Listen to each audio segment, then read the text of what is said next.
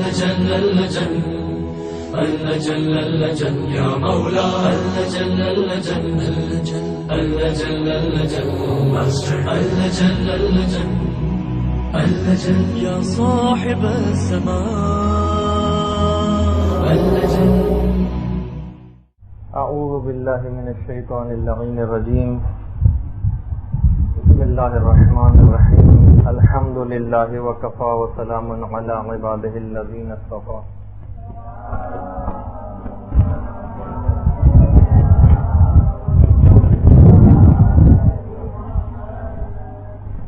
تفصیلات موت کے سلسلے میں درس نمبر 22. عالم برزخ کی زندگی کی تفصیلات بیان کرنے کے بعد قیامت سے پہلے جو ایک عظیم الشان واقعہ زمین پر ہوگا اس کی تفصیلات ہم بیان کر رہے تھے. پہلے تو ارادہ یہی تھا کہ اس پوری گفتگو کو کہ جو کہ امام زمانہ کے ظہور کے سلسلے میں ہے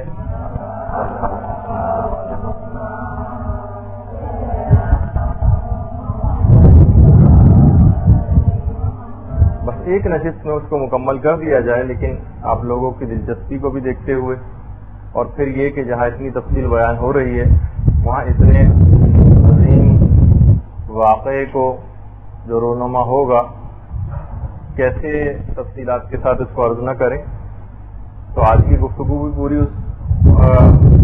اسی سلسلے میں ہوگی، اور اس سے جو اگلی نشست ہوگی ہماری وہ بھی اسی سلسلے میں، اور اس کے بعد جو تیسری نشست ہوگی اس کے بعد وہ پھر قیامت کے حالات سے شروع ہوگی. دیکھیے اس حد تک امام زمانہ کی زیارت کے ہم ہی خالی مشتاق نہیں، بلکہ جب ہم احادیث کا مطالعہ کرتے ہیں تو دیگر ائمہ بھی کس قدر شوق کے ساتھ امام زمانہ کے متعلق گفتگو فرماتے تھے کہ پانچویں امام محمد باقر علیہ الصلوۃ والسلام فرماتے ہیں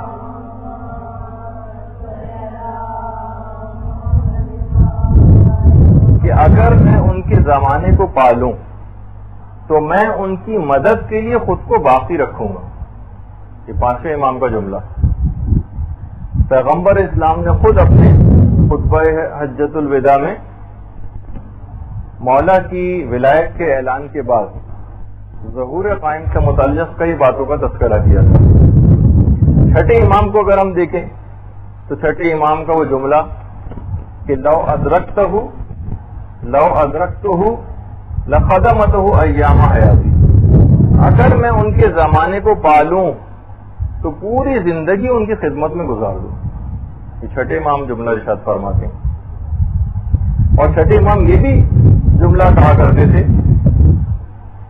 کہ تم لوگ امام زمانہ کی معرفت کو حاصل کرو، کیونکہ اگر تم امام کی معرفت کو حاصل کر لو گے تو پھر اس سے کوئی فرق نہیں پڑتا کہ آپ کا ظہور جلدی ہو یا دیر سے.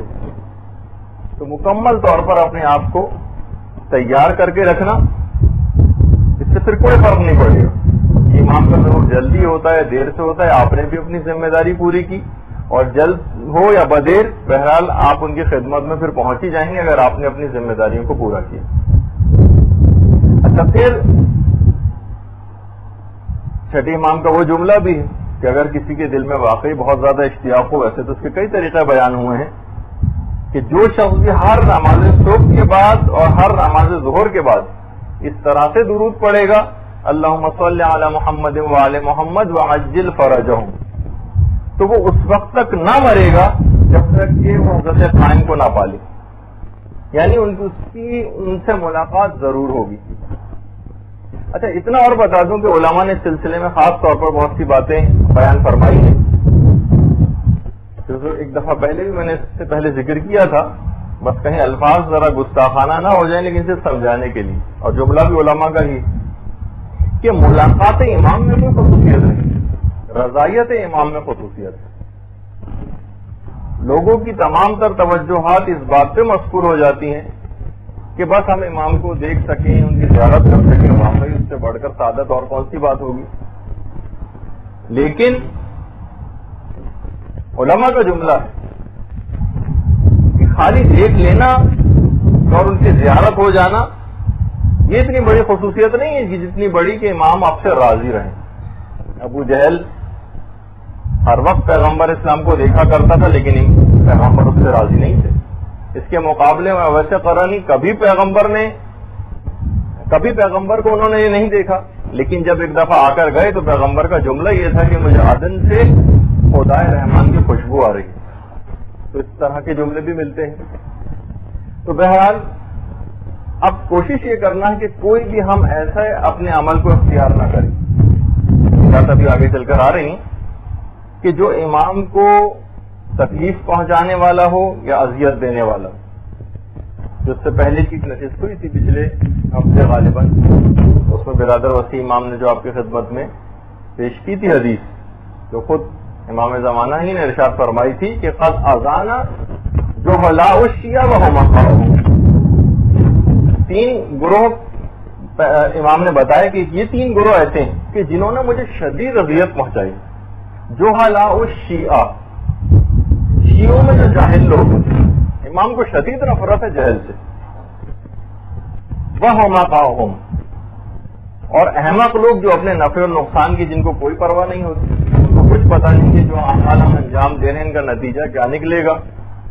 ان کو کچھ پتہ نہیں کہ نیکیاں اگر انسان کرتا جائے تو اس کی کیا جزا آخرت میں ملے گی. بالکل اپنے نفع اور نقصان سے آ رہی ہے. اور تیسرا گروہ وہ کہ جس نے اذیت پہنچائی امام کو، جو دین کو ایک مکھی کے پر سے بھی زیادہ اہمیت دینے کو تیار نہیں. تو بہرحال اب دیکھیں امام کو کیونکہ اس سے بہت نفرت ہے اور یہ اذیت پہنچانے والا عمل ہے جہل، اسی وجہ سے آپ کا یہاں پر مدرسے آنا، تعلیم دین حاصل کرنے کے لیے انتہائی خوش آئند بات ہے. اور امام زمانہ کو انشاءاللہ یہ خوش کرے گا یہ عمل. اور اچھا دیکھیے، ایک تو وہ بات کہ جو دین کو ایک مکھی کے پر کے برابر بھی اہمیت نہیں دیتے، ہر قدم پر دین کو اہمیت دینا ہے. بقول مولانا ذکی باقری کے کہ وہیں انچولی کی ایک دفعہ مجلس میں کہہ کر گئے تھے کہ ہم نے دین کو ایک بفے سمجھ لیا، اپنی پسند کی چیز اس میں سے اٹھا لیتے اور بس وہ استعمال کر لیے، باقی اس کے بعد پورے کا پورا دین چھوڑ دیا. ہر قدم پر دین کو اہمیت دینا ہے، چاہے شادی کی تقریب ہو، چاہے موت ہو جائے گھر میں، خوشی ہو جائے، غم ہو جائے، مرض ہو جائے، پکنک پہ کہیں جانا ہو، گھر کے اندر رہنا ہو، ہر قدم پر اہمیت دینا ہے دین کہ کہیں دین کی کوئی خلاف ورزی نہ ہو جائے. اچھا دیکھیے، لوگ ویسے تو امام کے نام کا بڑا کلمہ پڑھتے ہیں اور جہاں ذرا ذکر امام آ جائے ایسا جھک کے، بلکہ ایسا جھک جاتے ہیں گویا آپ سجدے ہی میں گر پڑیں گے. لیکن جہاں امام کا حق دینے کی باری آ جائے تو جناب پھر تو خمس ایسا ٹال مٹول سے کام لیا جاتا ہے، ایسے اس سے بچنے کے طریقے مثلا اختیار کیے جاتے ہیں. تو بہرحال یہ بات یاد رہے کہ ان کے مال میں تصرف کرنا، بلکہ کسی کے بھی مال میں تصرف کرنے کی اجازت نہیں. خود امام زمانہ علیہ الصلوۃ والسلام کا ارشاد ہے اس سلسلے میں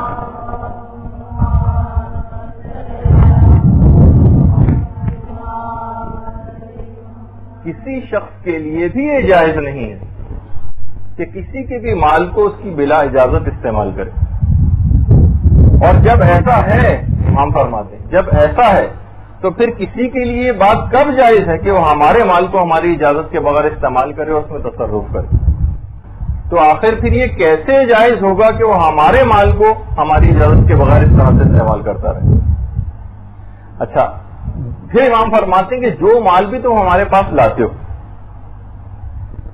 ہم اس کو اس وجہ سے قبول کرتے ہیں تاکہ تم پاک و پاکیزہ اور طاہر ہو جاؤ. اب جس کی مرضی ہو ہمارے پاس آئے، جس کی مرضی ہو ہمارے پاس نہ آئے. امام فرماتے ہیں کہ جس کا دل چاہتا ہو وہ ہمارے پاس اپنے اموال کو لائے، جس کا دل چاہتا ہو ہمارے پاس اموال کو نہ لائے. کیونکہ پروردگار عالم نے جو کچھ ہم کو عطا کیا ہے وہ اس سے بہتر ہے جو تم کو عطا کیا. یہ جملے ہیں امام کی اور انداز ایسا لگ رہا ہے امام کا کہ ذرا غضب کی حالت میں. اور یہ جملے بھی امام زمانہ ہی کے ارشاد کرتا ہے، کیونکہ بحار الانوار میں علامہ مجلسی نے لکھے ہیں کہ فَإِنَّ يُحِيطُ عِلْمُنَا بِأَنبَائِكُمْ، امام فرماتے ہیں کہ ہم تمہارے حالات سے بخوبی واقف ہیں اور تمہاری خبریں ہم سے بالکل بھی مخفی نہیں ہیں، ہماری ایک ایک بات کا امام زمانہ کو علم ہے۔ اور یہ بات بھی یاد رہے صرف اس وجہ سے، ایک دفعہ کوئی تقریب ہوئی تھی، میں نے عرض کیا تھا مدرسے میں، امام زمانہ ہی کے متعلق ملتا ہے روایات کے اندر کہ اپنے کارکنوں کے سلسلے میں بہت زیادہ سخت ہوں گے، یعنی امام کوئی کوتاہی برداشت نہیں کریں گے کام کے سلسلے میں۔ اچھا، اور مال کے سلسلے میں بڑے سخی ہوں گے، مساکین پر اس قدر مہربان ہوں گے کہ روایت میں جملہ ہے کہ گویا ان کو مکھن کھلا رہے ہیں، یہ جملہ ہے یعنی محاورتاً نہیں بلکہ جملہ ہے کہ گویا ان کو مکھن کھلا رہے ہیں۔ اچھا، اب دیکھیے ویسے جیسے جیسے زمانہ آگے بڑھتا چلا جا رہا ہے ویسے ویسے لوگ امام زمانہ کے متعلق بہرحال ان کی معلومات میں بھی اضافہ ہو رہا ہے، زیادہ اویئر ہوتے جا رہے ہیں، حتیٰ کہ وہ ادارے جو کہ فسق و فجور نشر کرنے والے ادارے ہیں اور دنیا جہان کی خبروں کو دینے والے ادارے ہیں، اس تک کے اوپر کتنے مذاکرے نشر کیے جا رہے ہیں۔ باقاعدہ ٹی وی سے ٹاک ٹی وی پہ بھی کچھ عرصے پہلے باقاعدہ ایک ٹاک شو آ رہا تھا جس کے اندر پوری آڈینس موجود تھی اور وہ اس بات پر ڈسکس کر رہے تھے کہ ہڈن امام کا نظریہ آخر ہے کیا، ہڈن امام ہے کون، کہ ایرانی بھی اس کو بہت زیادہ اس نظریے کو اہمیت دیتے ہیں، حزب اللہ والے بھی دیتے ہیں، اور جہاں جہاں مسلمان موجود ہیں وہاں اس عقیدے کو بڑی اہمیت دی جاتی ہے کہ وہ آنے والا آئے گا اور اس کے بعد معاشرے کے اندر ایک تبدیلی کو پیدا کرے گا۔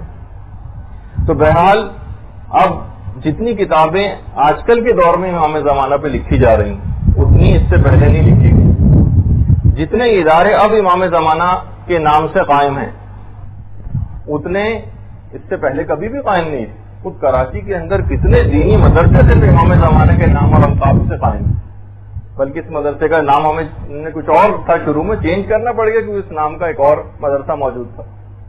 تو اس لحاظ سے جتنی دعائیں ندبہ جتنی اب پڑھی جاتی ہے شاید اس سے پہلے اتنی نہ پڑھی جاتی ہے۔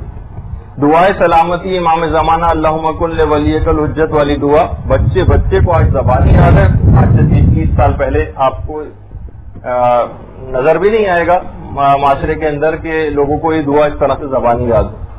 خود اس دعائیں سلامتی امام زمانہ یہ موضوع آج ہم تھوڑی زیر بحث لا رہے، لیکن خود اس کے اتنے زیادہ فائدے ہیں، اس دعا کو پڑھنے کے، اس دعا کو پڑھنے کے اتنے زیادہ فائدے ہیں کہ باقاعدہ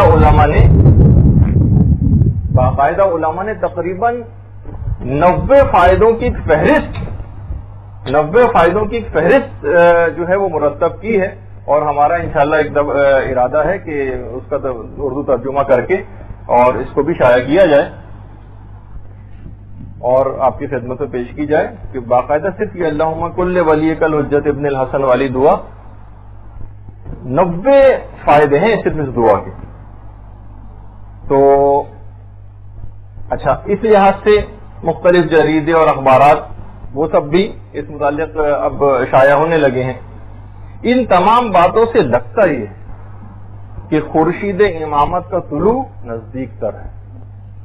اچھا، اب جس شخص کو بھی اب گمراہی سے بچنا ہو، کیونکہ یہ دور ایسا ہے کہ بہرحال اس میں گمراہ کرنے والے عناصر بھی بہت زیادہ برسر پیکار ہو گئے ہیں اور خود امام زمانہ کا نام بھی استعمال کیا جاتا ہے۔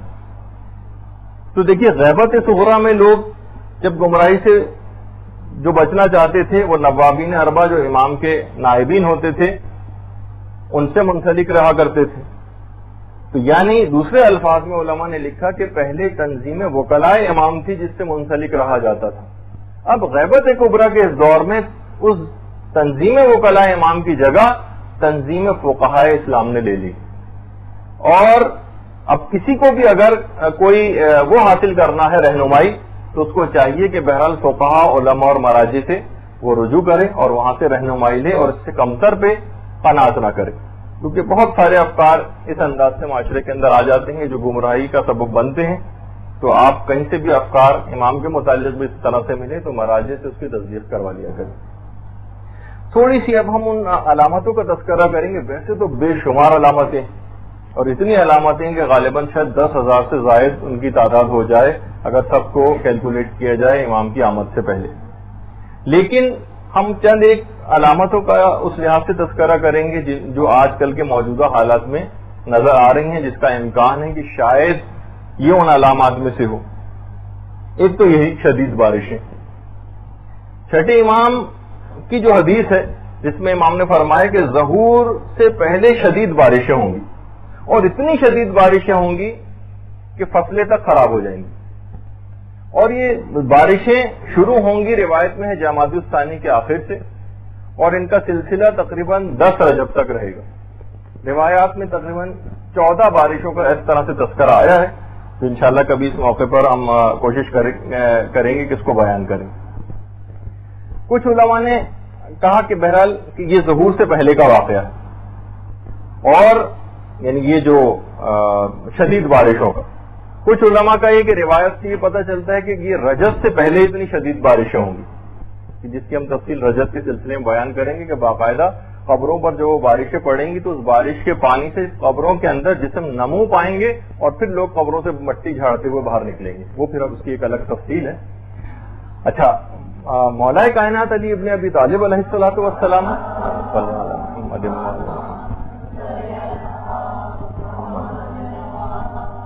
کی بھی اس سلسلے میں ایک حدیث ہے کہ العجب کل العجب بین جماد و رجب. شدید سخت حیرت ہے اور تعجب ہے اس واقعے پر جو جمادی الثانی اور رجب کے درمیان میں واقع ہوگا.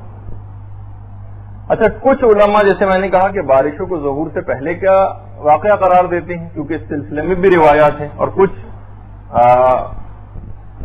ظہور کے بعد کے سلسلے میں بارشوں کو قرار دیتے ہیں. بہرحال آیت اللہ صادق صدر یہ فرماتے ہیں کہ روایات سے جو چیز ہم پر ثابت ہوئی ہے وہ یہ ہے کہ یہ ظہور سے پہلے کا واقعہ ہے.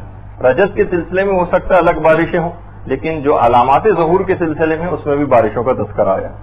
اس کے بعد دوسری چیز جو کہ چھٹے امام کا بھی ہے کہ اس سال زلزلے بہت زیادہ آئیں گے. یعنی جس سال ظہور ہوگا اس سال زلزلے بہت زیادہ ہوں گے اور سردی بھی بہت زیادہ پڑے گی، بہار الانوار کی روایت. اس کے علاوہ بغداد میں ایک شدید زلزلے کی بھی خبر ہے. اب علماء نے کہا ہو سکتا ہے، کچھ معلوم نہیں کہ وہ ایک شدید زلزلہ جو ہے وہ کسی ایٹمی دھماکے کی خدا نخواستہ صورت میں ہو یا کسی اور وجہ سے، لیکن ایک شدید زلزلہ بغداد میں. اسی طریقے سے یہ بھی علامات میں سے ہے کہ اہل عراق اور اہل بغداد کا شدید خوف و ہراس کی حالت میں زندگی بسر کرنا. یہ جملے ہیں اور یہ تو ہم دیکھ رہے ہیں کتنے عرصے سے اہل عراق اور اہل بغداد باقاعدہ اسی طرح سے زندگی بسر کر رہے ہیں خوف میں. مشرق میں آگ کا ظہور ہونا، اور یہ آگ تقریباً 3 سے 7 دن تک مسلسل جاری رہے گی. علماء نے ایک امکان ظاہر کیا ہو سکتا ہے کہ تیل کے کنووں میں جو ہے وہ اس انداز سے کوئی آگ لگ جائے جسے 3 سے 7 روز تک بجھایا نہ جا سکے. اسی طریقے سے بشارت الاسلام میں باقاعدہ مصر کے حالات میں ایک عجیب و غریب روایت مصر کے لیے، اور وہ تو کچھ لوگ تو کہہ رہے ہیں بالکل پوری اترتی ہے مصر کے حالات پر. وہ کیا ہے کہ مصر والے اپنے سادات کو قتل کر دیں گے. انور سادات کو مصر کے اندر قتل بھی کیا جا چکا ہے. ایک امکان علماء نے کہا ظاہر کیا گیا ہے کہ مصر والے اپنے سادات کو قتل کر دیں گے. خالد اسلام بولی نے قتل کیا تھا انور سادات کو، اور کچھ علماء نے کہا نہیں، سادات سے مراد یہ بھی ہو سکتا ہے کہ اپنے جو حکمران ہوگا اس کو قتل کر دیں گے، جو ان کا اس وقت لیڈ کر رہا ہوگا، جو اس وقت رہبر بنا ہوا ہوگا ان کا، اس کو قتل کریں گے. تو بہرحال یہ اس لحاظ سے ہے بات. مصر کے لحاظ سے بھی بہت سی چیزوں کے اوپر امکان ہے کہ یہ چیز پوری اترے. اچھا، اس میں جتنی بھی باتیں بیان ہو رہی ہیں ہم امکان کے طور پر اس کو نقل کریں گے. کسی جگہ آپ بھی اگر ان باتوں کا کہیں پرچار کریں تو اس میں ایک امکان کی صورت میں اس کو نقل کیجیے گا. ایک فیکٹ کے طور پر بس یہی ہے جو آپ بیان کر رہی ہیں، بس یہی ہے جو علامت پوری ہو چکی ہے اتنے یقینی طور پر، کیونکہ مثلاً بغداد کی تباہی کا روایتوں میں ذکر ہے. بغداد کئی دفعہ اس طرح سے تباہ و برباد ہو چکا، کئی 3 4 5 دفعہ بغداد اس طرح سے تباہ و برباد ہو چکا. تو ہو سکتا ہے ابھی کا یہ واقعہ نہ ہو، بات کا ہو، لیکن ہمیں تو بہرحال کیونکہ ہم اس زمانے سے قریب تر ہیں تو امکان نسبتاً زیادہ بڑھتا چلا جا رہا ہے. عراق کے حالات کے اندر جو واقعات ملتے ہیں، روایات ملتی ہیں کہ عراق میں امام سے پہلے شیزبانی کا خروج ہوگا. شین یہ سواد، بے الف نون چھوٹی ہے، شیزبانی. امام محمد باقر علیہ الصلوۃ والسلام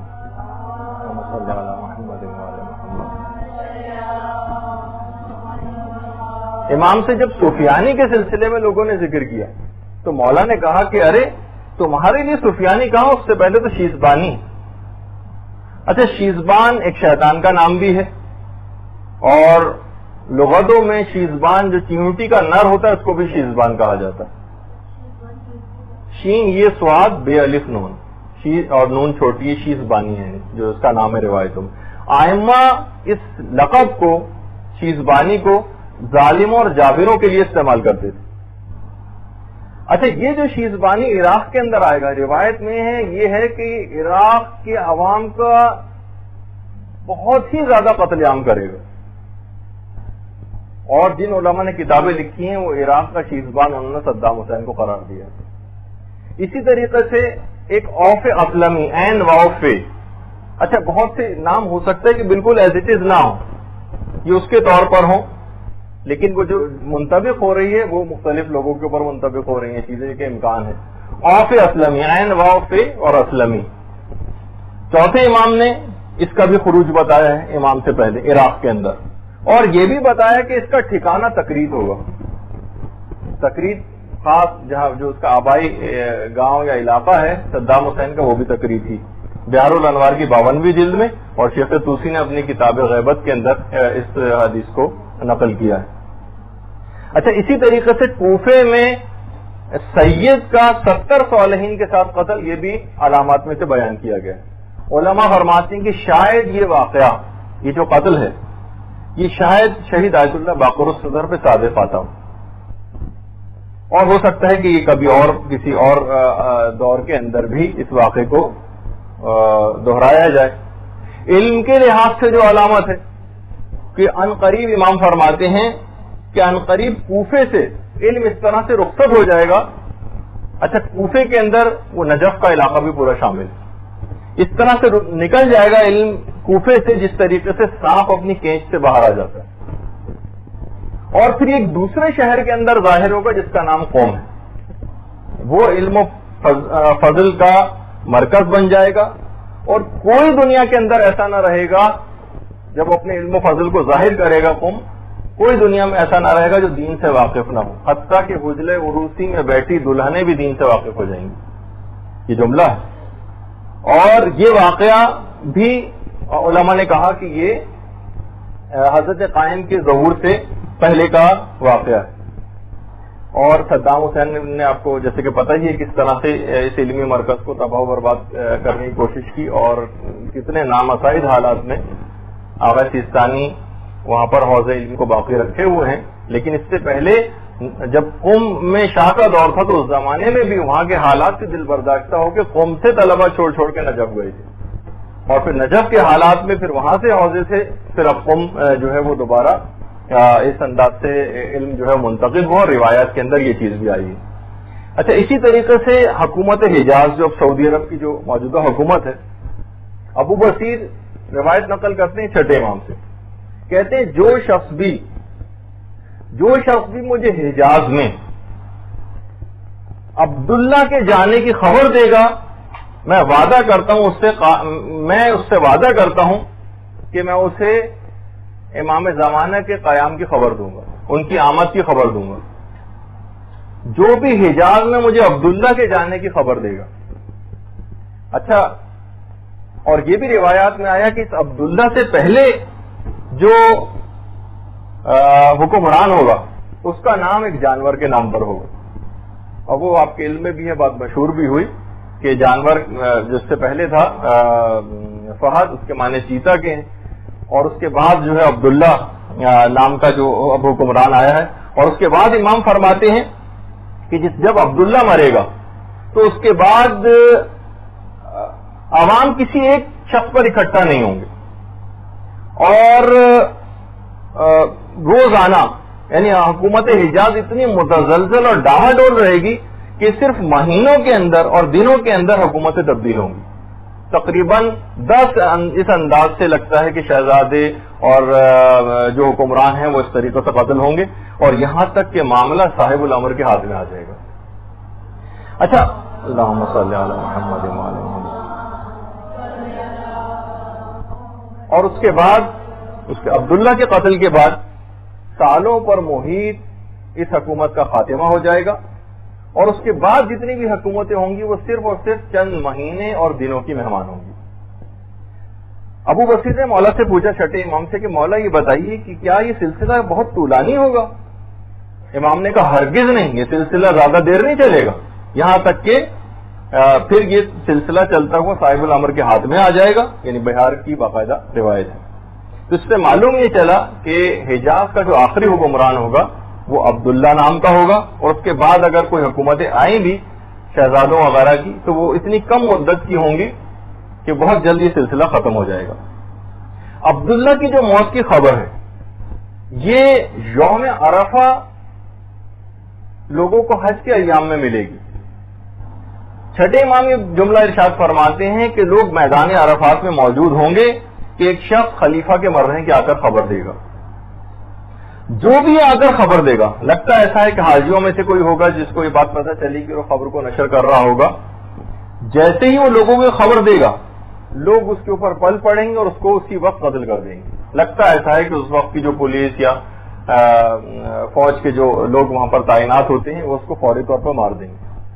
اور پھر یہاں تک روایات میں ہے کہ اس قدر قتل عام اس سے پہلے شروع ہو جائے گا کہ جو جمارات ہیں، جو شیطانوں والی جگہ ہے، وہ پوری خون سے رنگین ہو جائے گی.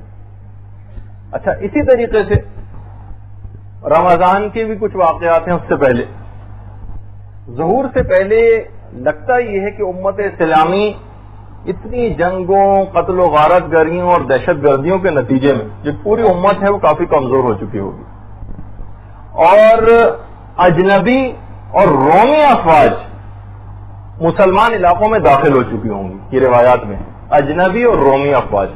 روم جو ہے جو اس وقت موجودہ امریکہ ہے، اور جو یورپین یونین ہے اس کو روم کہا جاتا تھا.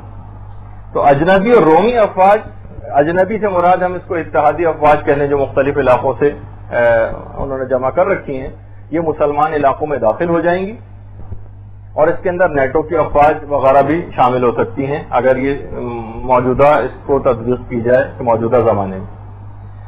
اچھا، نشانیاں مسلسل پوری ہو رہی ہوں گی یہاں، اور مومنین کے دل بہت زیادہ پر امید ہوں گے کہ بس اب امام کا ظہور قریب تر. دل امام کی طرف جھکے ہوئے ہوں گے اور مومنین ظہور امام کے دن گن رہے ہوں گے. اچھا، اس وقت ایک علامت اور نمودار ہوگی، بے وقت چاند گرہن اور سورج گرہن.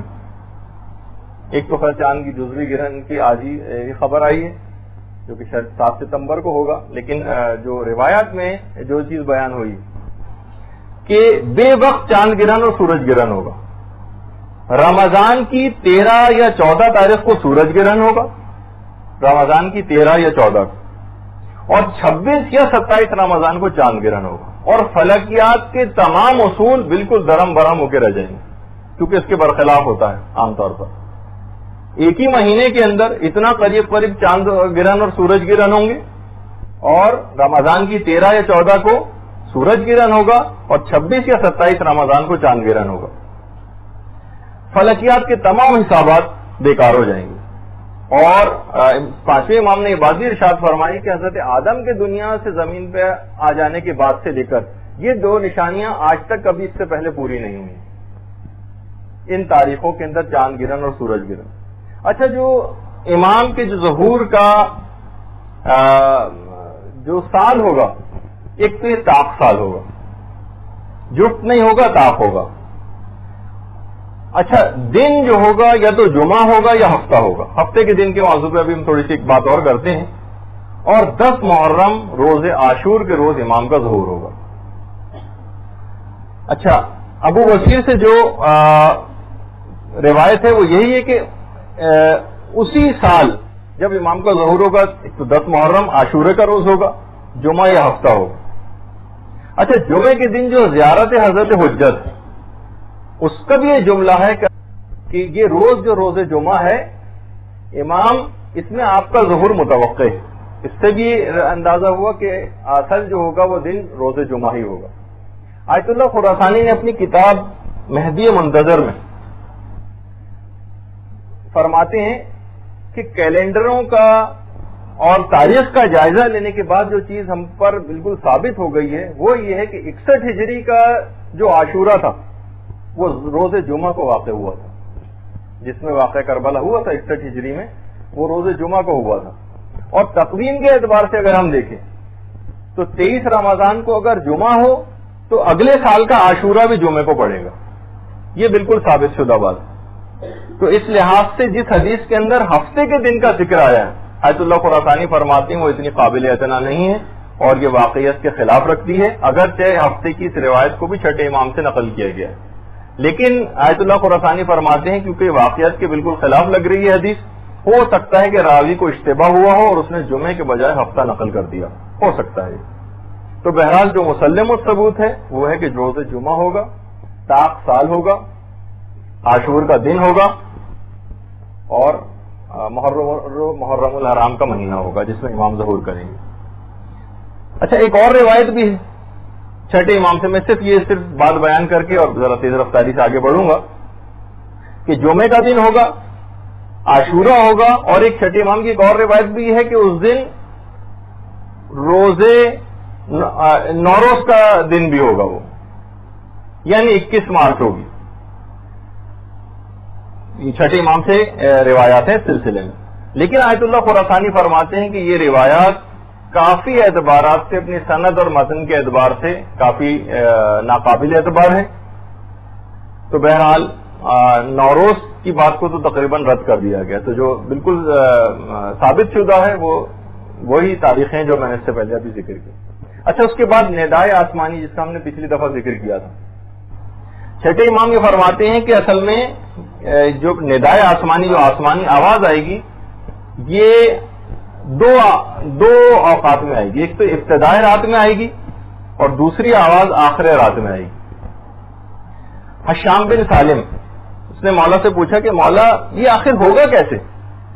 تو امام نے فرمایا کہ ایک آواز آسمان سے آئے گی پہلی، اور دوسری آواز ابلیس کی آواز ہوگی.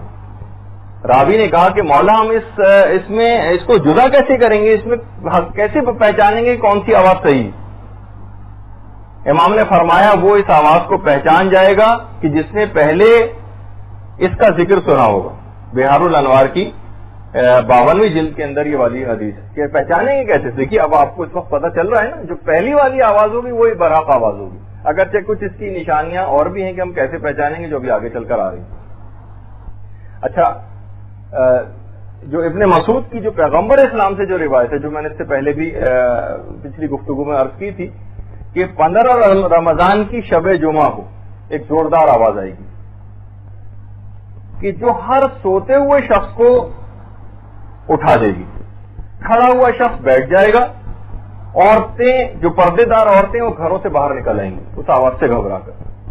زلزلوں کے اس سال جمعے کی شب کو پیغمبر فرماتے ہیں کہ جب تم نماز صبح پڑھ لو تو اپنے گھروں کے اندر داخل ہو جاؤ، اپنے دروازوں کو بند کر لو، اپنی کھڑکیوں اور سوراخوں کو بھی بند کر لو، خود کو چھپا لو، اپنے کانوں کو بند کر لو، اور احساس کرو جب تم اس آواز کا کہ وہ آواز آ گئی ہے تو فوراً سجدے میں گر پڑو اور اس وقت وہ ذکر کرنا شروع کرو سبحان القدوس سبحان القدوس. ایک روایت میں یہ ہے، دوسرے میں سبحان القدوس ربنا القدوس کو تذکرہ ہے پیغمبر اسلام سے.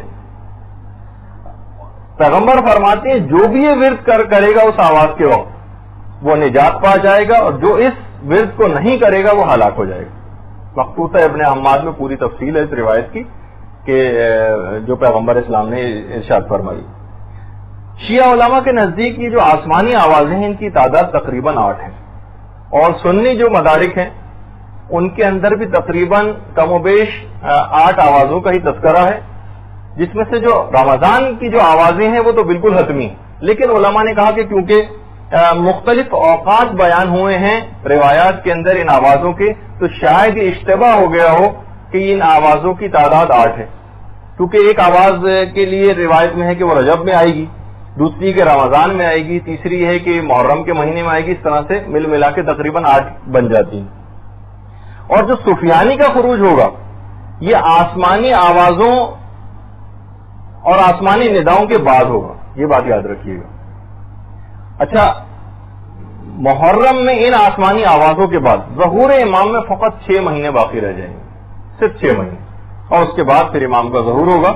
اور یہ جو آسمانی آوازیں ہیں ان کا تو براہ راست تذکرہ امام کی ان توقیات میں بھی ہے کہ جو امام نے اپنے ہاتھ سے اور دستخط کے ساتھ اپنے نائب جو نوابین اربعہ میں سے ایک نائب کے نام جو انہوں نے توقیع بھیجی تھی امام نے، اس کے اندر بھی امام نے ان نداؤں کا تذکرہ کیا تھا اور کہا تھا کہ آگاہ ہو جاؤ کہ جو بھی خروج سفیانی اور آسمانی نداؤں سے پہلے مجھ سے ملاقات کا دعویٰ کرے گا وہ جھوٹا اور افترا پرداز ہوگا، جس میں امام نے خاص طور پر سفیانی کے خروج سے پہلے اور آسمانی نداؤں سے پہلے کوئی شخص بھی اگر دعویٰ کرے تو وہ جھوٹا ہوگا۔ اس کے بعد سے لے کر اور امام کے ظہور میں 6 ماہ کا عرصہ باقی رہ جائے گا۔ باقاعدہ اس 6 ماہ کے عرصے پر پوری کتابیں لکھی گئی ہیں کہ اس آخری 6 مہینے میں کیا کیا ہوگا۔ علماء نے بڑا سلسلے میں کام کیا ہے، اور یہ والی جو روایت میں نے امام کی پیش کی جس میں وہ توقیع بھی ہے، یہ بہار الانوار کی 51ویں جلد کے اندر ہی روایت ہے۔ اچھا، یہ آواز آخر پھر لوگ پوچھتے ہیں کہ آخر اس آواز کی نیچر کیا ہوگی، یہ کس زبان میں ہوگی؟ تو اس میں علماء نے کئی احتمالات نقل کی۔ ایک احتمال تو یہ ہے کہ جو آسمانی آواز آئے گی یہ ایک احتمال یہ ہے کہ عربی ہی میں ہوگی، اور صرف چند سیکنڈ کے اندر ہی پورے کرۂ ارض کے اندر پھیل جائے گی۔ عربی جاننے والے تو اس کو سمجھ لیں گے، لیکن جتنے بھی میڈیا اور ٹی وی والے ہوں گے وہ اس کو اپنی اپنی زبانوں میں نشر کریں گے، جس طریقے سے آج بھی مثلا اسرائیلی وزیر اعظم بھی کوئی تقریر کرتا ہے تو ہمیں اپنی زبان کے اندر پتہ چل جاتا ہے کہ اس نے کیا کہا ہے۔ اس طرح سے پوری دنیا کے اندر یعنی جو عربی جاننے والے نہیں ہیں ان کو دوسروں کے ذریعے اپنی زبان میں پتہ چل جائے گا کہ اس کا پیغام کیا ہے۔ اور ایک تو یہ ہے، اور دوسرا احتمال علماء نے یہ کہا کہ ہو سکتا ہے کہ بطور اعجاز معجزے کے طور پر سب کو اپنی اپنی زبان کے اندر وہ چیز پتہ چل جائے کہ اس آواز کے اندر کیا پیغام ہے۔ 5ویں امام یہ جملہ ارشاد فرماتے ہیں کہ جب بھی رمضان میں وہ آواز آ جائے تو یہ بات یاد رکھ لو کہ خبردار کبھی بھی اس کے اندر ہرگز شک نہ کرنا، ہرگز اس آواز میں شک نہ کرنا جو رمضان میں واقع ہوگی، کیونکہ وہ جبریل کی آواز ہوگی اور اس میں خاص علامت ہوگی جس سے آپ پہچان سکیں گی کہ یہ آواز بالکل برحق آواز ہے۔ امام نے فرمایا کیونکہ اس کے اندر حضرت قائم کا نام اور ان کے والد کا نام اس آواز کے اندر ضرور ہوگا۔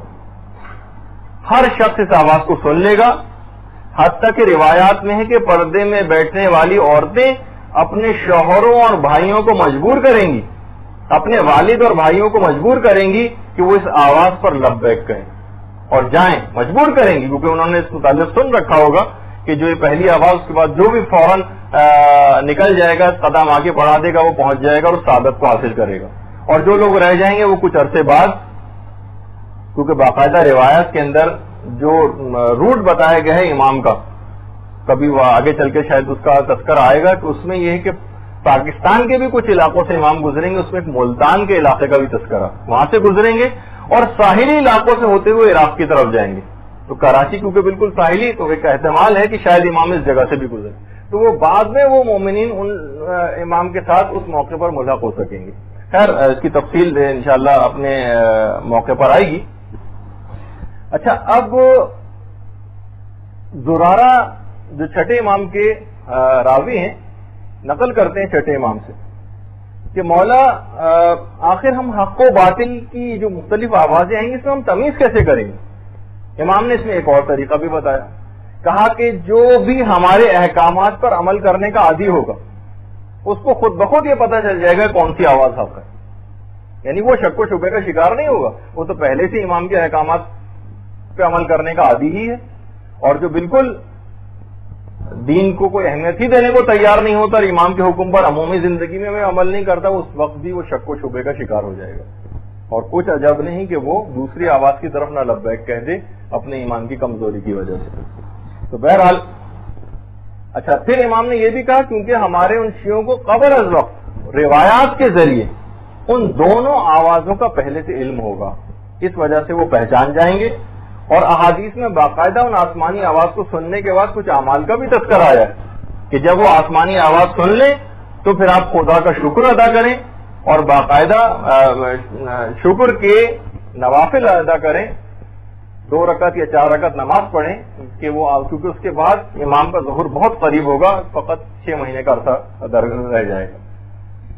اچھا، جبریل کی اس ندا کے بعد اس کے کچھ پہلے تو ندا ہوگی اور اس کے بعد پھر وہ دھماکے کی آواز ہے اور ان کی احتیاطوں کا تذکرہ ہوا، لیکن اس سے پہلے ہم یہاں پر روک کر کہ اس ظہور امام میں حکومت اسلامی ایران کا کیا کردار ہوگا، خود پورے ایران کا کردار کیا ہے اس میں۔ اچھا، اب اتنا بتا دوں کہ علماء نے ذکر کیا ہے کہ تقریباً ایران کا 9 عناوین کے ساتھ روایت میں ذکر آیا ہے ظہور امام سے متعلق، 9 عناوین یعنی 9 عنوان ایسے ہیں کہ جس میں ایران کبھی اہل خراسان کہا گیا روایات میں، کبھی ایران کے لیے قوم سلمان فارسی کا تذکرہ آیا، کبھی اہل شرق کہا گیا ایرانیوں کو، کبھی سیاہ جھنڈے والے قرار دیا، سیاہ جھنڈے والے جو خراسان سے آئیں گے، جس کو آج کل ڈاکٹر اسرار احمد کہتے ہیں کہ اس سے مراد افغانستان کے لوگ ہیں۔ خیر، اچھا، اس کے بعد اہل قوم کا تذکرہ الگ سے روایات کے اندر آیا ہے، اہل طالقان کا تذکرہ روایات کے اندر آیا ہے، اور عاجم یعنی اجمیوں کا ایک تذکرہ ہے۔ تقریباً 9 عنوانات ہیں ایسے جس میں ایران کا تذکرہ روایات کے اندر ہوا ہے۔ اور حافظ ابو نعیم جو کہ اہل سنت کے بہت مشہور علماء میں سے ہیں، باقاعدہ انہوں نے ابن عباس سے ایک روایت بھی نقل کی ہے کہ پیغمبر اسلام کے سامنے جب اہل فارس کا تذکرہ ہوا یعنی ایران کا تذکرہ ہوا تو پیغمبر نے فرمایا ہے کہ یہ اہل فارس ہم اہل بیت کی ہی ایک جماعت ہے۔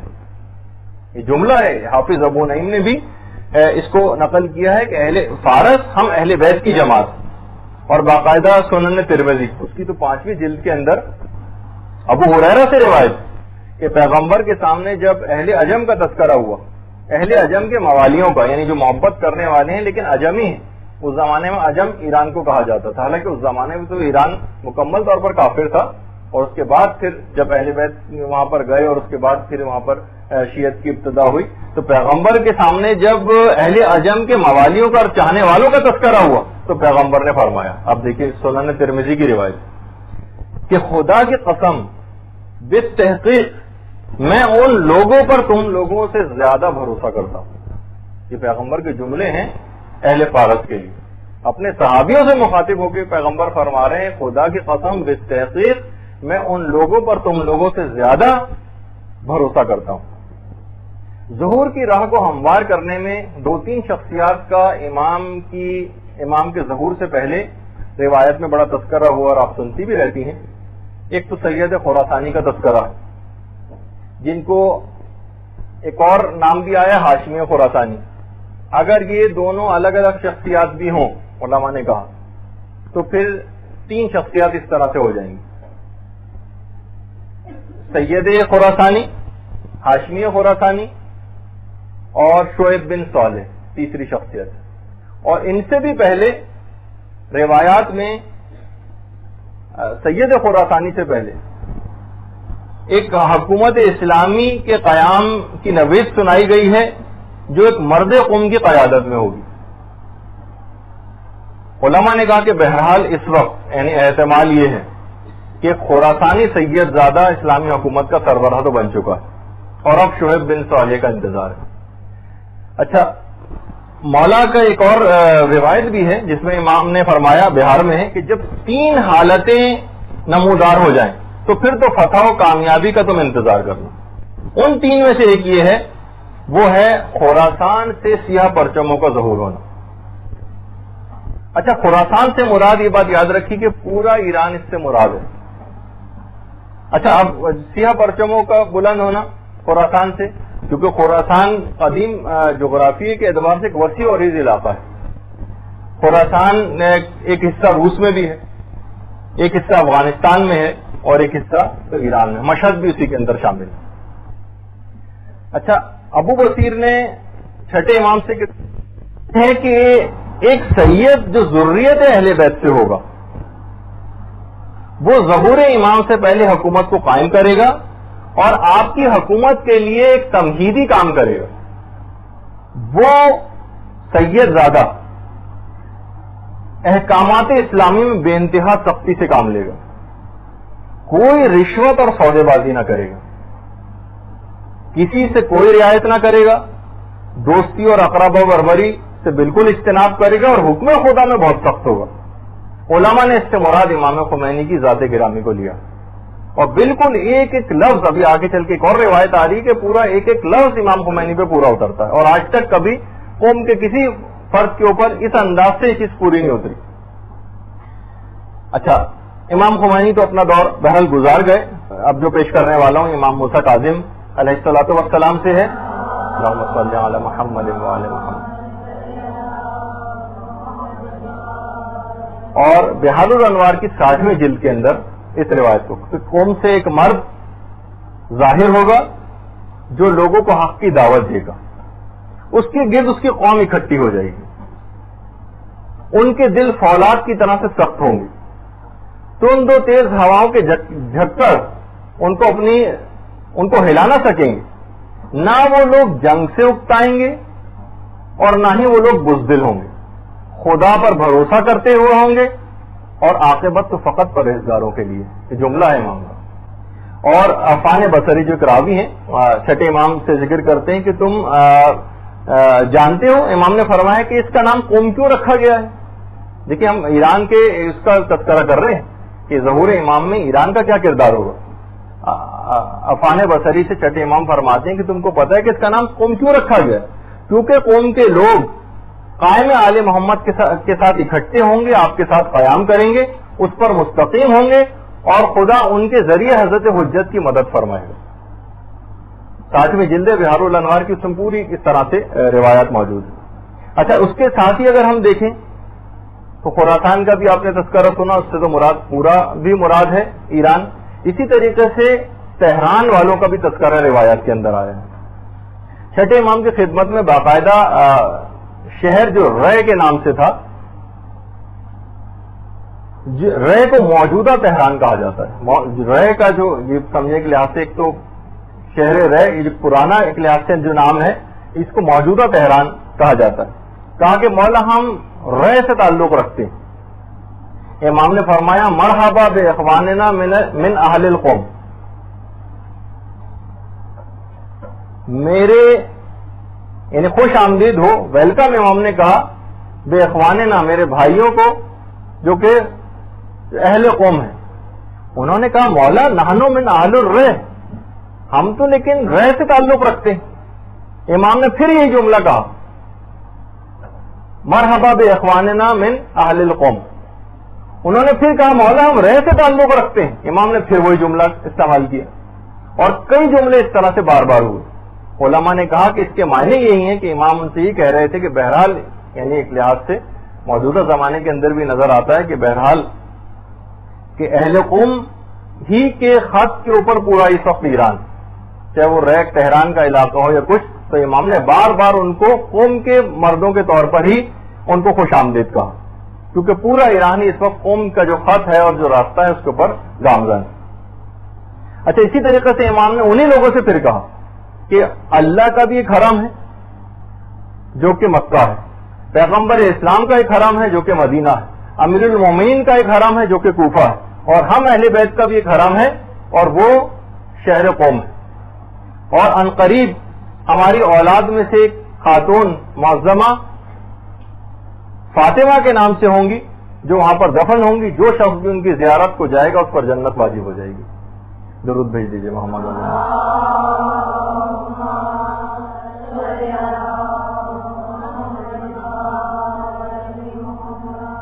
ایک اور روایت میں بھی کہ امام فرماتے ہیں کہ اگر کوئی جابر شخص قم کے بارے میں کوئی بھی برا ارادہ کرے گا تو اس پر فوراً عذاب خدا آ جائے گا. اور امام نے یہ بھی فرمایا کہ عن قریب قم والے تمام مخلوقات عالم پر حجت بن جائیں گے. اور اگر یہ نہ ہوتے قم والے تو اہل زمین اپنے اہل کے ساتھ دھنس جاتی. دیکھیے قم کے لوگوں کی کتنی فضیلت, اور فرشتے مصائب کو قم اور اہل قم سے دفع کرتے. اور اگر کوئی بھی ظالم و جابر شخص قم والوں کے لیے کسی برے ارادے کا خیال دل میں لاتا ہے تو قاسم الجبار ان کو تباہ و برباد کر دیتا ہے. اور پروردگار ظالموں کے دماغوں سے قوم کا ذکر اس طرح سے بھلا دے گا جس طرح وہ ذکر خدا کو فراموش کر چکے.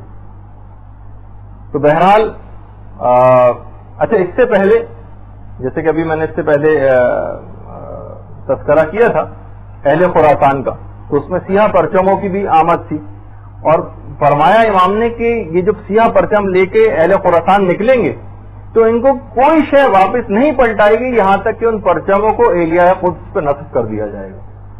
ابھی میں آگے چل کر انشاءاللہ اس کا تذکرہ کروں گا کہ ایران, روایات سے یہ پتہ چلتا ہے کہ داخلی طور پر اتنا مضبوط ہوگا کہ یہ باہر نکل کر جنگ کرے گا, کیونکہ ایران کے لیے جنگ کا جو میدان ہے وہ مختلف ممالک بتائے گئے.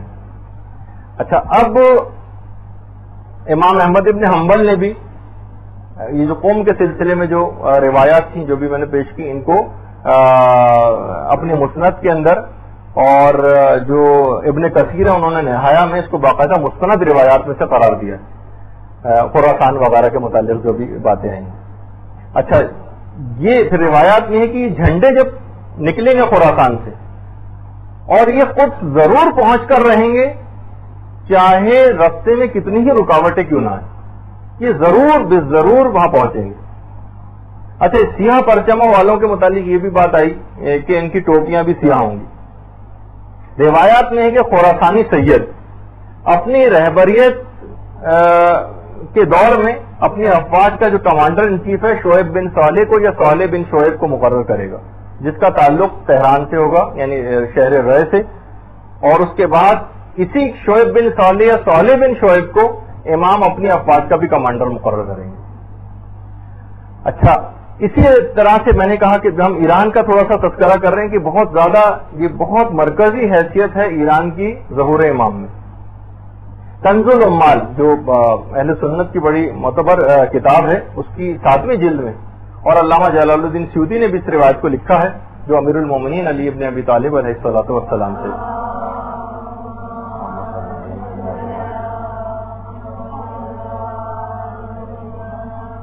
کہ کیا کہنے طالقان کی, یہ امام کا جملہ ہے. اچھا, اسی طریقے سے ینابیع المودہ جو کہ مفتی اعظم قسطنطنیہ کی شیخ سلیمان کی لکھی ہوئی کتاب ہے, اب تو اردو ترجمہ بھی اس کا ہو گیا اور ہر بک اسٹال پہ دستیاب بھی ہوتی ہے. امام نے فرمایا بخن بخن للطالقان, جو کہ آپ سنتی ہیں نا حضرت عمر کا ایک جملہ اس لحاظ سے جو انہوں نے مبارکباد کے طور پہ بخن بخن یا علی انت مولائی کل مومن و مومنہ جو انہوں نے جملہ ذکر کیا تھا اس وقت. تو ان دونوں کے اندر بہرحال کیا کہنے طالقان کی اور اس کے بعد بخن بخن, دونوں کے اندر بہرحال یہ توصیفی اور مدح کے لیے امام نے جملے استعمال کیے. پھر امام نے یہ بھی جملہ, ان میں ایسے لوگ ہیں, ان سے ایسے لوگ مراد ہیں کہ جو خدا کو اس کے حق معرفت کے ساتھ پہچانتے ہوں, اور وہ آخری زمانے میں طالقان کے لوگ امام مہدی کے انصار میں سے قرار پائیں گے. اچھا, چھٹے امام نے ایک جملہ اور ارشاد فرمایا, کہا کہ طالقان کے اندر ایک خزانہ ہے جو نہ سونے کا ہے نہ چاندی کا, بلکہ وہ ایک ایسے افراد ہیں, وہ ایسے مرد ہیں جن کے دل فولاد سے زیادہ سخت ہوں گے, اور ان کو اگر پہاڑوں کے اوپر بھی لگا دیا جائے تو پہاڑوں کو اپنی جگہ سے ہٹا دیں, وہ امام کے گرد گھیرا ڈال لیں گے وہ لوگ. اور وہ امت میں اپنے سید کی اور اپنے رہبر کی سب سے زیادہ اطاعت کرنے والے لوگ ہوں گے طالقان کے. خدا ان کے ذریعے امام حق کی نصرت فرمائے. اس سے آپ پتہ چل رہا ہے کہ ایران کا کتنا مرکزی کردار ہے. اچھا, علماء نے کہا کہ یہاں طالقان سے مراد جو ہے خاص طالقان کا علاقہ مراد نہیں ہے, بلکہ اس سے پورا ایران مراد ہے. وجہ اس کی ہے کہ اس زمانے میں قدیم جغرافیے میں طالقان کی ایک خصوصی حیثیت تھی جس کی وجہ سے وہ مشہور ہوا, لیکن وہ ہے بہرحال ایرانی کے اندر. اسی طریقے سے روایات میں ذرا حیرانگی بعض اوقات ہوتی ہے کہ کتنی واضح روایات ہیں. آخری زمانے میں فتنہ فلسطین کا لفظ باقاعدہ روایت میں آیا ہے. مقطوطہ ابن حماد کی باقاعدہ روایت بھی ہے کہ فتنہ فلسطین کے نتیجے میں شام والوں کو اس طرح سے ہلایا جائے گا جس طرح مشق میں پانی کو ہلایا جاتا ہے. یہ باقاعدہ روایت ہے. اچھا شام کے اندر یہ بات یاد رکھیے کہ موجودہ جو لبنان ہے یہ شام کا ایک حصہ ہی سمجھا جاتا تھا. یعنی سمجھے شام کے اندر ہی آتا ہے, ورنہ تو لبنان خود بہت چھوٹا سا ہے, لیکن شام کے اندر ہی اس کو شمار کیا جاتا ہے کہ فتنہ فلسطین کے نتیجے میں اس طرح سے شام والوں کو ہلایا جائے گا جس طرح مشق میں پانی کو ہلایا جاتا ہے. اچھا روایات میں میں نے جیسے کہ ابھی کہا اس سے پہلے کہ ایران کے لیے جو میدان جنگ ہے یہ ایران سے باہر ہے. عراق میں شام اور فلسطین یہ ایرانیوں کا میدان جنگ بتائے گئے ہیں روایات کے اندر. اس سے معلوم یہ چلا, جیسے میں نے اس سے پہلے کہا تھا, کہ ایران داخلی طور پر اتنا مضبوط ہوگا کہ وہ باہر نکل کے جنگ کرے گا. یعنی باقاعدہ اس پر اس طرح سے اٹیک نہیں ہوگا, وہ خود باہر نکل کر جنگ کرے گا. اسی طریقے سے سید خراسانی روایات میں ہے کہ سید خراسانی کی رہبریت میں افواج نکلیں گی. اچھا اس سید خراسانی کے لیے تو یہ کہ یہ اپنی افواج کا رہبر ہوگا. پھر یہ جو سید خراسانی ہوگا یہ اپنے پرچم کو شعیب بن صالح کے سپرد کرے گا, اور شعیب بن صالح پھر اس پرچم کو امام زمانہ کو سپرد کر دیں گے. سید خراسانی کی آمد اور شعیب بن صالح کی آمد کے بعد ظہور امام میں 72 مہینوں کا فاصلہ ہوگا, یعنی 6 سال کا. روایات میں تقریباً 6 سال تذکرہ ہوئے ہیں. اچھا اسی طریقے سے جو باقاعدہ جو اپنے امام کے مولا کائنات کے صحابی تھے کمیل ابن زیاد, امام نے ان کو بھی ایک علامت اور نشانی کے طور پر آخری زمانے کی چیز بتائی تھی جو کہ بہت مشہور بھی ہوئی تھی اور علماء نے اس کو بیان بھی کیا تھا کہ اس زمانے میں جو عالیشان عمارتیں ہوں گی ان میں ہر گھر میں شیطان آ کر بیٹھ جائے گا اور لوگ اس شیطان کی علامت کو اپنے گھروں کی چھت پر لگائیں گے. وَيُسَمَّى بِأَنْتِينَا, امام فرماتے ہیں مولا کائنات, اور اس شیطان کا نام انتینا ہوگا.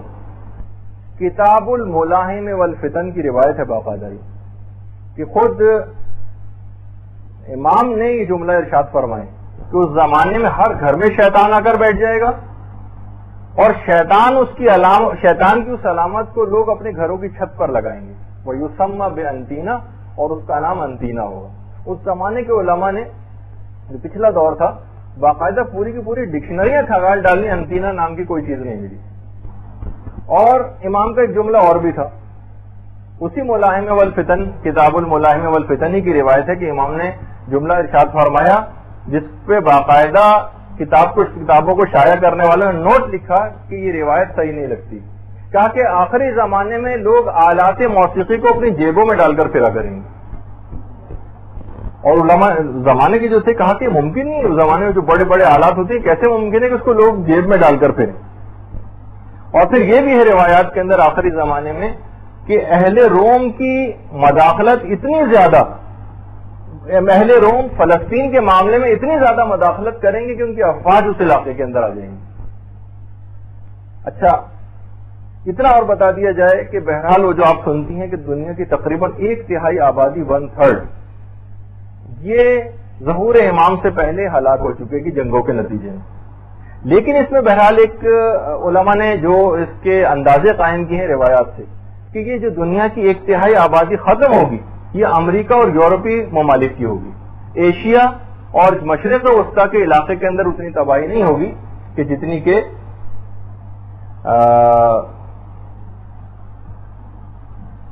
ان علاقوں کے اندر ہوگی. امام حکومت اسلامی کو قائم کریں گے. اور اتنا اور بتا دیا جائے کہ آج بھی کچھ علاقے ایسے ہیں روایات میں آئے ہیں, علماء نے ذکر کیے ہیں کہ جہاں پر مکمل امام کی حکومت قائم ہے اور تمام اسلامی احکامات کے اوپر آج بھی وہاں پر مکمل طور پہ عمل ہوتا ہے. یا بلقا اور سابلقا ان علاقوں کے نام ہے, اور باقاعدہ جو وہاں کا دارالحکومت ہے اس کا بھی نام آیا ہے ظاہرہ کے نام سے. ظاہرہ مکمل اسلامی نظام وہاں پر قائم ہے، حتیٰ کہ جیسے کہ میں نے پچھلی دفعہ کہا تھا کہ جو روایت اتنی زیادہ ثابت شدہ تو نہیں ہے اماموں کی اولادوں کا جس میں تذکرہ آیا ہے، لیکن بہرحال اماموں کی اولادوں کی حکومتیں بھی کچھ علاقوں کے اوپر ہیں، روایتوں میں ہیں۔ صافیہ، سلون اور قناطیت باقاعدہ ان کے شہروں کے نام ہیں، اور امام کی جو 4 اولادیں ہیں ان کو تو نام بھی روایات کے اندر آئے، البتہ وہی میں نے جس سے پہلے کہا تھا وہ دماغ میں رہے کہ وہ اتنی زیادہ ثابت شدہ روایت تو نہیں، لیکن بہرحال یعنی امام کے ایک بیٹے کا نام قاسم ہے، جس کے لحاظ جبھی امام کی کنیت ابو القاسم بھی، البتہ اتنا اور بتا دیا جائے کہ کنیت جس کا بیٹا ہے یا کوئی اولاد ہو اس سے کنیت عربوں میں نہیں بنتی، یعنی وہ تو ہوتی ہے کنیت، لیکن اس کے بغیر بھی کوئی شخص کی کسی بھی کی اگر اولاد نہ بھی ہو تو اس کی بھی کنیت ہو سکتی ہے۔ اچھا، ایک تو قاسم ہے جس کے لحاظ سے ابو القاسم امام کی کنیت ہے۔ امام کے ایک بیٹے کا نام عبد الرحمن ہے، ایک بیٹے کا نام ہاشم ہے اور ایک کا نام ابراہیم۔ یہ 4 بیٹوں کے نام امام کے روایات میں آئے ہیں، اور باقاعدہ جو جزیرے خضرا والی روایت جسے علماء نے قابل اعتنا نہیں سمجھا ہے، بہرحال وہ علامہ مجلسی نے اس روایت کو نقل کیا۔ گرین لینڈ جو بحر ابیض کا جو علاقہ ہے وہاں پر جہاں امام کی حکومت قائم، اس کا تذکرہ جو روایات میں آیا ہے، اور باقاعدہ علماء نے یہ بھی کہا کہ امام کی 5 پشتوں تک کی اولادوں سے مختلف علماء اور مجتہدین ملاقاتیں بھی کر چکے ہیں۔ لیکن بہرحال یہ ابھی ہم اس میں کوئی عقائد کی تو کوئی بات ہے نہیں کہ اس میں ہم کوئی تجزیہ و تحلیل کر کے کوئی ایک حتمی نتیجے کے اوپر پہنچنے کی کوشش کریں۔ مختلف روایات ہیں تو وہ آپ کے سامنے بیان ہو رہی ہیں، اور امام ہر سال حج کرنے کے بعد تمام معصومین کی قبور کی زیارت کو جاتے ہیں، اور اس کے بعد پھر اپنے کاموں کے اندر مصروف ہو جاتے ہیں۔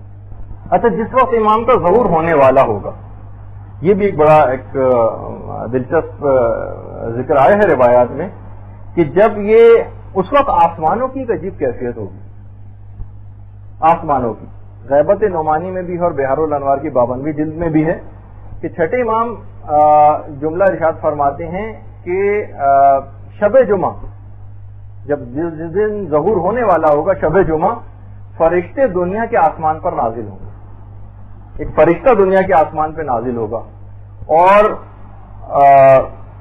طلوع فجر کے وقت نور کے بنے ہوئے ممبر لگائے جائیں گے، جس پر پیغمبر اسلام، امیر المومنین اور امام حسن اور امام حسین آ کر بیٹھے ہیں۔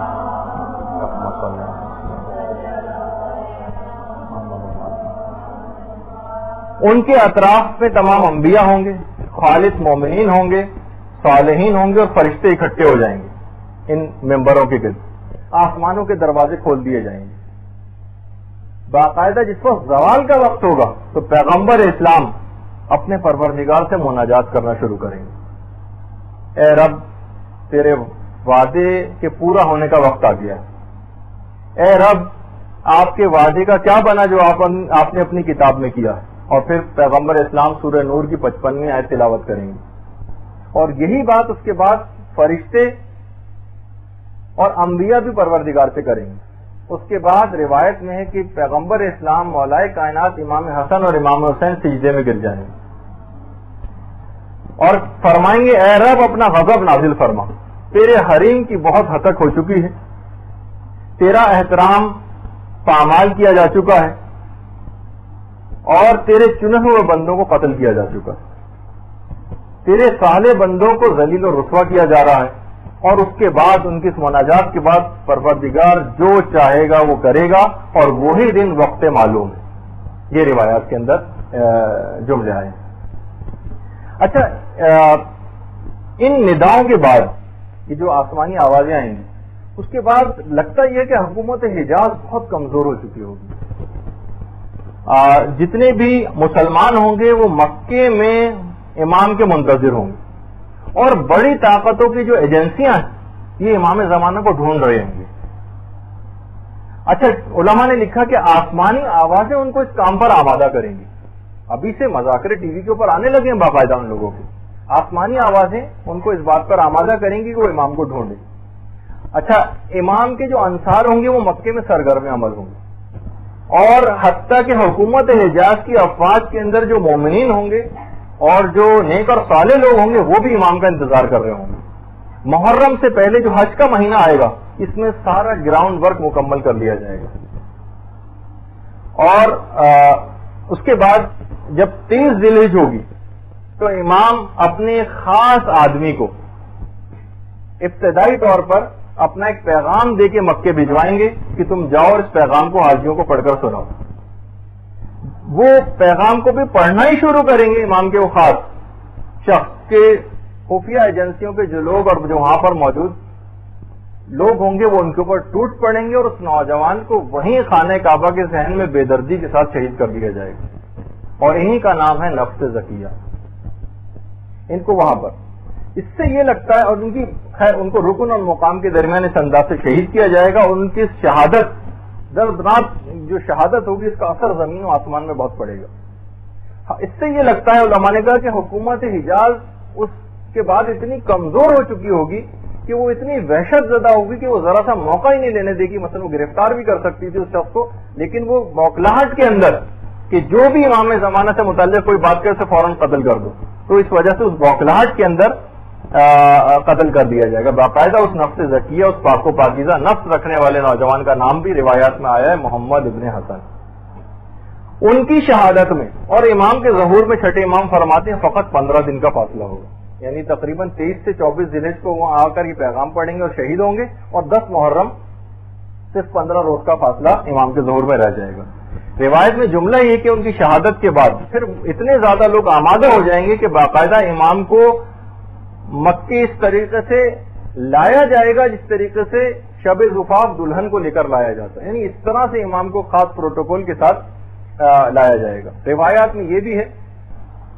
پانچویں امام فرماتے ہیں کہ نفس زکیہ کو مکے میں قتل کیا جائے گا. نفس زکیہ کا ایک اور بھائی ہوگا جسے مدینے میں قتل کیا جائے گا، اور اس کی ہمشیرہ کو بھی انتہائی مظلومانہ انداز میں شہید کیا جائے گا. اچھا، پھر اس کے بعد امام کا دیکھیے جب ظہور ہونے والا ہوگا نا تو تقریباً 14 ماہ لگیں گے اس کو پورے طور پر ہونے میں.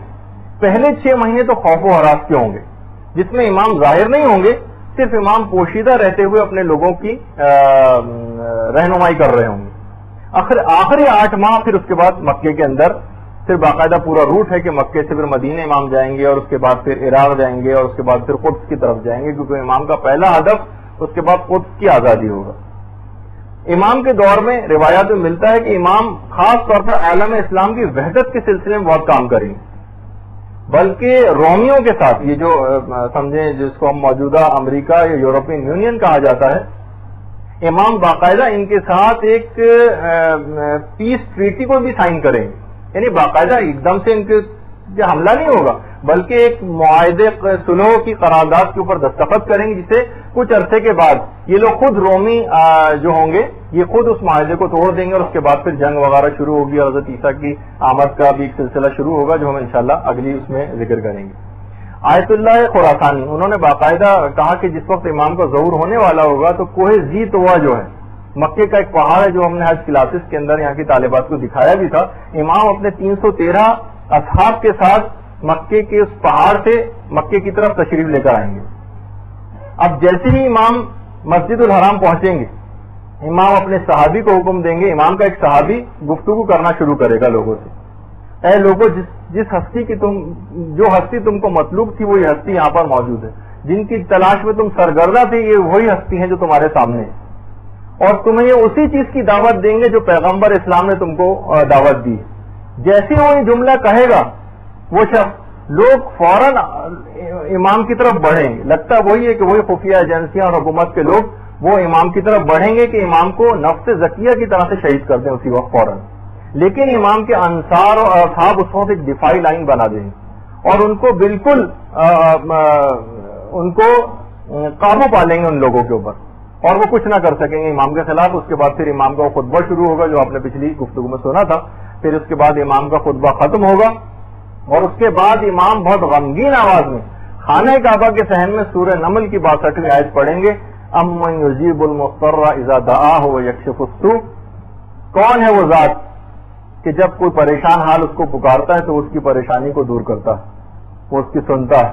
اور پھر اس کے بعد پورا واقعہ ہے اس کا کہ بیعت کی جائے گی. بیعت کے بعد جب امام بیعت لے لیں گے لوگوں سے، اس کے بعد رکن اور مقام کے درمیان امام 4 رکعت نماز پڑھیں گے. دیکھیے سارے واقعات ہیں پورے.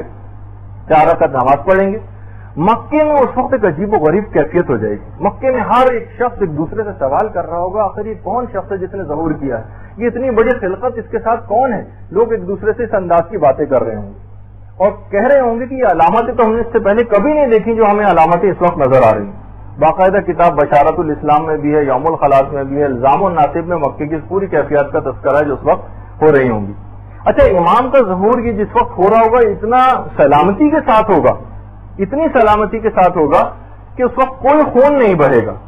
لگتا یہ ہے کہ یعنی ایک تو غیبی مدد بھی امام کے ساتھ ہوگی, امام کا ایک رعب دشمنوں کے دلوں کے اوپر ہو جائے گا کہ وہ کچھ نہیں کر سکیں گے, اور ایک عوامی حمایت بھی امام کو بہت زیادہ اس وقت تک حاصل ہو چکی ہوگی, اور پلان جو ہے وہ اتنا زیادہ مضبوط ہوگا کہ دشمنوں کو اوپر سے ہدایات لینے کا بھی وقت نہیں مل سکے گا اور امام کے ہاتھ میں پوری چیز آ جائے گی, اور اس طرح سے کوئی خون خرابہ نہیں ہوگا, اور حریم کعبہ جو ہے وہ بھی پائمال نہیں ہو سکے گی. امام اس طرح کا انتظام کریں گے.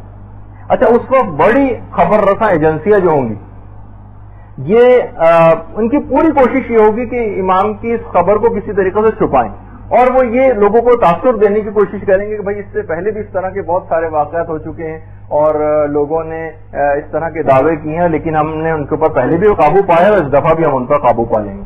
اسی دوران سفیانی کو حکم ملے گا کہ تم جتنے جلد ہو سکے مدینے سے مکے پہنچو اور اس موومنٹ کو یہاں پر ختم کرو جو مکے میں اس امام نے شروع کر دی. اب خراسانی وہ سفیانی جو ہے وہ مدینے سے جب مکے آ رہا ہوگا تو پھر اس کے بعد وہ وادی بیدا کا واقعہ ہوگا جو ہم اگلی گفتگو میں اس کو نقل کریں گے. آج ہم اس گفتگو کو یہیں پر ابھی روکتے ہیں تھوڑے سے, کیونکہ اب اس کے بعد جو گفتگو آنے والی تھی وہ جو موضوع وہ اتنا تفصیلی ہوتا کہ اس کو مجھے بیچ میں روکنا میرے لیے اتنا مناسب نہیں تھا, تو اس کو ہم فی الحال یہیں پر روکتے ہیں.